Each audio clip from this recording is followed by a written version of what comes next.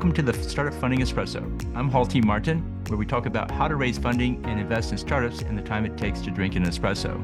If you have a question about startup funding or investing, please go to the website, startupfundingespresso.com, and type in your question into the chat bot in the lower right corner to receive an answer. I hope you enjoy this episode.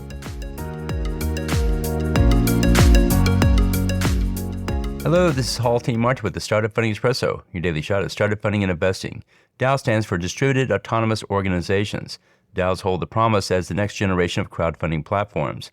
Crowdfunding lets anyone raise funding from anyone else through online means. Here are some key benefits for using DAOs for crowdfunding. The blockchain provides access to anyone to post and raise funding. It removes any censorship or gatekeeping. DAOs provide the promise of building bigger, more complex networks for fundraising.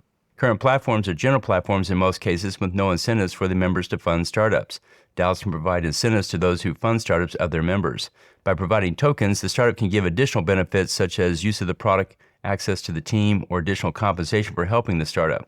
The startup can find additional support through the DAO by accessing the members for buying their product or service, providing support, or enabling the growth of the startup.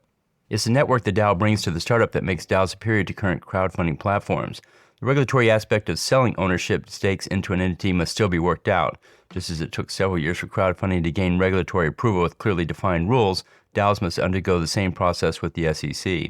Consider using a DAO for your fundraise. Thank you for joining us for the Startup Funding Espresso, where we help startups and investors connect for funding. Let's go start listening to today. Hall T. Martin is the director of Investor Connect, which is a 501c3 nonprofit dedicated to the education of investors for early-stage funding. All opinions expressed by Hall and podcast guests are solely their own opinions and do not reflect the opinion of Investor Connect. This podcast is for informational purposes only and should not be relied upon as a basis for investment decisions.